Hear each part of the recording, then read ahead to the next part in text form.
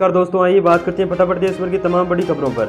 केंद्र सरकार ने दी है बड़ी राहत। वित्त मंत्रालय की तरफ से बड़ी खबर आई है कि पीएम मोदी ने जो 20 लाख करोड़ रुपए का ऐलान किया था, उसका फायदा लोगों को कैसे कैसे मिलेगा, इस पर बात करते हैं। इसके अलावा लॉकडाउन को 2 हफ्ते और बढ़ाने की भी खबर आ रही है और चिकित्सा विभाग, विद्युत विभाग एवं शिक्षा विभाग जैसे कई बड़े विभागों में बम्पर सरकारी भर्ती का ऐलान। इसके अलावा पीएम केयर्स फंड से मिले 3100 करोड़ रुपए का प्रवासी मजदूरों और वेंटिलेटर पर खर्च को भी लेकर भी बड़ी खबर आ रही है। 58,000 औद्योगिक इकाइयों को मिलेगा पीएम मोदी पैकेज का लाभ। 30 जून तक नहीं चलेगी कोई भी रेगुलर ट्रेन, रेलवे ने किए हैं सभी के टिकट कैंसिल। इसके अलावा जानिए कब आएगा 10वीं और 12वीं का रिजल्ट। साथ ही WHO द्वारा कोरोना को लेकर भी बड़ी चेतावनी। मौसम विभाग ने भी चेतावनी देते हुए कहा है कि 16 मई को आ सकता है चक्रवाती तूफान। जैसी तमाम बड़ी खबरों को फटाफट जानने के लिए वीडियो को पूरा जरूर देखिएगा ताकि कोई भी महत्वपूर्ण जानकारी या सूचना आपसे छूटे नहीं। दोस्तों, देश के माननीय प्रधानमंत्री नरेंद्र जी मोदी ने 20 लाख करोड़ रुपए के राहत पैकेज का भारतीयों के लिए ऐलान किया है।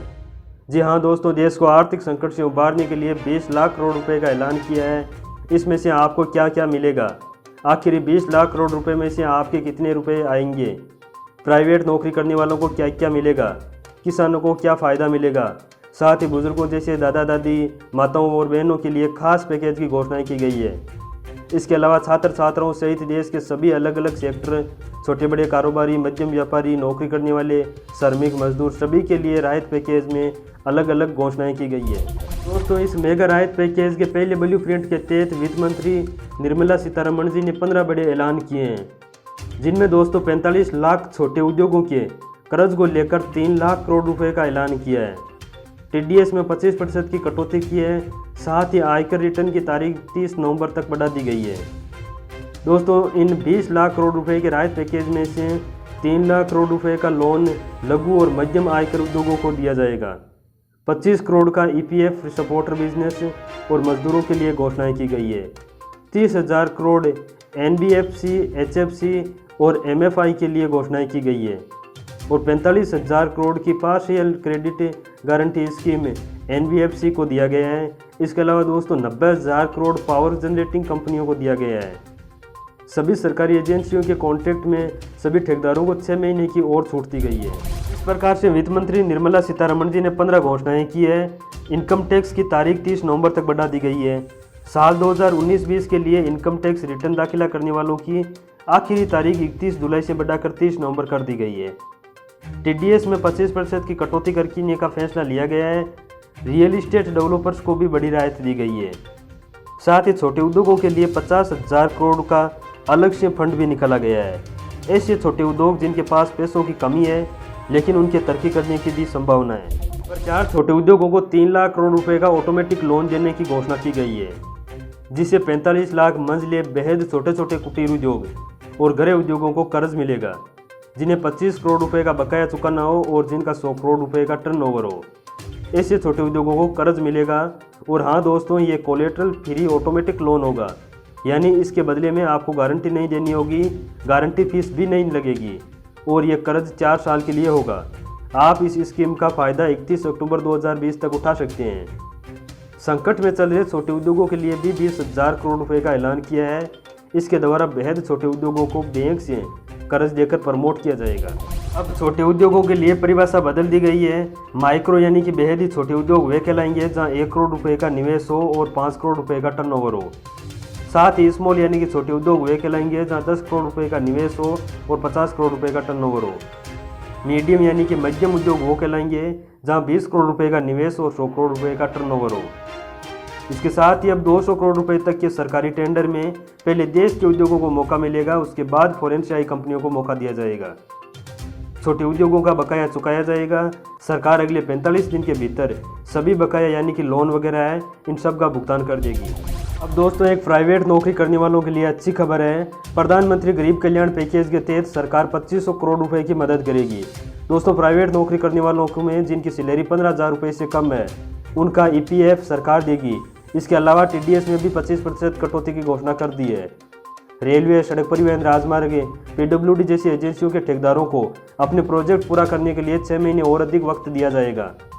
अभी पहले चरण में 13 लाख करोड़ रुपए का ऐलान किया गया है। इसके साथ ही अभी 7 करोड़ रुपए का ऐलान करना शेष बाकी रह गया है। ऐसे में देखते हैं कि मजदूरों, किसानों, छात्रों के लिए और क्या नई घोषणाएं की जाती है।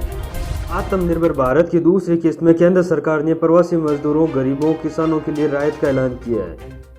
3.16 करोड़ रुपए के इस पैकेज में कामगारों को मुफ्त जुलाई तक राशन दिया जाएगा, रेहड़ी पटरी वालों को 10,000 रुपये का लोन दिया जाएगा और किसानों को 2 लाख करोड़ रुपए का रियायती दर पर कर्ज दिया जाएगा। वित्त मंत्री निर्मला सीतारमण जी ने बृहस्पतिवार को मध्यम वर्ग के लिए भी राहत देते हुए हाउसिंग लोन सब्सिडी योजना को 1 साल के लिए बढ़ा दिया है। शहरी गरीबों और प्रवासी मजदूरों के लिए सस्ते किराए पर घर उपलब्ध करवाने की भी घोषणा की है। वित्त मंत्री ने 9 बड़े ऐलान किए हैं। इनमें 3 प्रवासी मजदूरों के लिए है, 1 रेहड़ी पटरी विक्रेताओं के लिए और 1 अपना रोजगार करने वाले लोगों के लिए, 2 छोटे किसानों के लिए और 1 हाउसिंग सेंटर और 1 आदिवासियों के लिए घोषणा की गई है। दोस्तों, घर लौट रहे प्रवासी मजदूरों को मनरेगा के तहत रोजगार दिया जाएगा। न्यूनतम मजदूरी पहले ही 182 से बढ़ाकर 202 रुपये कर दी गई है। इसके अलावा 2 महीने मुफ्त अनाज देने की भी घोषणा हो चुकी है, जिससे 8 करोड़ श्रमिकों को फायदा होगा। जुलाई तक सभी प्रवासी मजदूरों को मुफ्त अनाज देने की घोषणा हो गई है। गैर राशन कार्ड धारकों को भी हर महीने प्रति व्यक्ति 5 किलो गेहूं या चावल और 1 किलो चना प्रति परिवार के हिसाब से दिया जाएगा। इससे गवर्नमेंट के 3500 करोड़ रुपए का खर्च होगा। वित्त मंत्री ने कहा कि अभी 30% कर्मचारियों को न्यूनतम वेतन मिल पाता है। नए लेबर कोड के तहत सभी कर्मचारियों के लिए न्यूनतम वेतन तय किया जाएगा और सभी कर्मचारियों को नियुक्ति पत्र भी दिया जाएगा। इसके साथ ही कहा कि किफ़ायती दरों पर किराए का मकान मिलेगा, जहां काम होगा वहीं मकान होगा। पीपीपी मॉडल पर घर बनाए जाएंगे, जिसका किराया बेहद ही कम होगा। उद्योगपतियों को अपनी ज़मीन पर ऐसे मकान बनाने के लिए प्रोत्साहित किया जाएगा और सभी कर्मचारियों को साल में 1 बार स्वास्थ्य परीक्षण करवाना अनिवार्य होगा। 1 साल में ग्रेजुएटी का लाभ भी दिया जाएगा। दोस्तों, वित्त मंत्री ने कहा कि छोटे किसानों की मदद की जाएगी। 2 लाख करोड़ का सस्ता कर्ज दिया जाएगा, जिससे 2.5 करोड़ किसानों को होगा फायदा। जिन किसानों के पास किसान क्रेडिट कार्ड है, उनके लिए सरकार ने 2 लाख करोड़ रुपए का रियायती दरों पर कर्ज उपलब्ध करवाने का फैसला किया है। इसमें पशुपालन और मछली पालन भी शामिल किया गया है। इसके अलावा 30,000 करोड़ रुपए का आपात फंड भी बनाया गया है, जिससे 3 करोड़ छोटे किसानों को देंगे कर्ज। छोटे व सीमांत किसानों के लिए नाबार्ड ने 30,000 करोड़ का आपात ऋण फंड बनाया है। कर्ज ग्रामीण बैंकों और सहकारी बैंकों के जरिए मिलेगा। यह नाबार्ड के 90,000 करोड़ रुपए के अलावा है।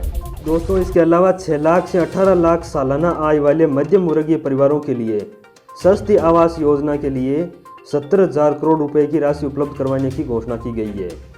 ये योजना मई 2017 में शुरू होकर मार्च 2020 तक थी, जिसे अब बढ़ाकर मार्च 2021 तक कर दिया गया है। इससे निर्माण कार्यों में तेजी आएगी। इस्पात, सीमेंट, परिवहन को भी लाभ मिलेगा। तो इसके अलावा मुद्रा शिशु लोन के द्वारा गरीब लोगों को व्यापार के लिए लोन दिया जाएगा। इससे ज़्यादा गरीब लोगों को व्यापार शुरू करने के लिए 50,000 रुपये तक का कर्ज दिया जाएगा। इसमें ब्याज दर में 2% की छूट दी गई है। इस पर केंद्र सरकार का 1500 करोड़ रुपए का खर्च आएगा। इसके साथ ही रेहड़ी पटरी वालों को 10,000 रुपये का शुरुआती ऋण दिया जाएगा। 50 लाख लोगों को इससे फायदा मिलेगा और 5,000 करोड़ रुपए का ये पैकेज है, जिससे कारोबार फिर से शुरू करने वाले लोगों को 10,000 रुपये का कर्ज की सुविधा की गई है। डिजिटल भुगतान का बढ़ावा देने वाले लोगों को प्रोत्साहित किया जाएगा और कामकाज बढ़ाने पर भी अतिरिक्त कर्ज मिलेगा। इसके साथ ही दोस्तों, आपको बता दूं कि 67 करोड़ लोग एक राष्ट्र एक राशन कार्ड योजना के दायरे में हैं। अगस्त 2020 से ये लागू हो जाएगा, जिससे देश में कोई भी व्यक्ति किसी भी राज्य में उचित दर की दुकान से राशन ले सकेगा। इसके अलावा दोस्तों, बात करें एक समरी के रूप में कि किसके ऊपर कितना खर्च किया जाएगा, तो किसानों के ऊपर 1,16,000 करोड़ रुपए खर्च किए जाएंगे। ग्रामीण विकास के ऊपर 4200 करोड़ रुपए खर्च किए जाएंगे और मुफ्त राशन के लिए 3500 करोड़ रुपए खर्च किए जाएंगे। आवासीय योजना के लिए 70,000 करोड़ खर्च किए जाएंगे और मनरेगा के लिए 10,000 करोड़ खर्च किए जाएंगे और छोटे कारोबारियों के ऊपर 5,000 करोड़ खर्च किए जाएंगे और आदिवासियों के लिए 6,000 करोड़ का खर्च किया जाएगा। अगली खबर में दोस्तों बात करते हैं कि यूपी में बम्पर सरकारी भर्ती, लाखों में सैलरी, 10वीं पास भी कर सकता है अप्लाई। दोस्तों, उत्तर प्रदेश सरकार ने सैकड़ों पदों पर नौकरी के लिए वैकेंसी निकाली है। उत्तर प्रदेश राज्य विद्युत निगम लिमिटेड ने 350 से ज़्यादा पदों पर भर्ती के लिए आवेदन मांगे हैं। इसके लिए उम्मीदवार 25 मई तक आवेदन कर सकता है।